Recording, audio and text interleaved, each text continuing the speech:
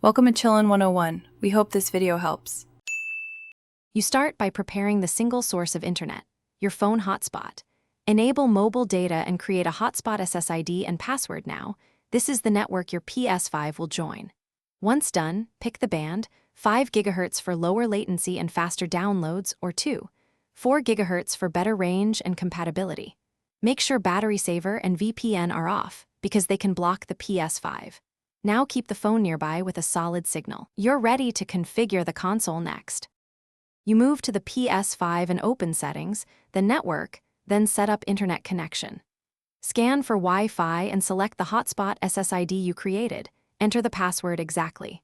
Once connected, run the test internet connection to confirm IP, NAT type, and upload/download rates.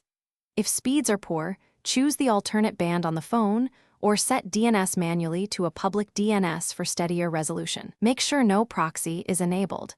Proxies usually break PlayStation Network functionality. You finish by testing the connection and signing into PlayStation Network. Allow any system updates to complete. If Wi-Fi connection is unstable, switch to USB tethering. Plug the phone into the Ps5, enable USB tether on the phone, and the console will use that connection with lower latency. If problems persist, toggle the hotspot band, reboot both devices, and verify your carrier allows tethering. One key troubleshooting tip.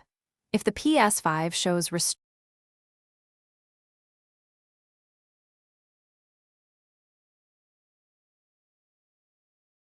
Thanks for watching. Consider subscribing if we helped you.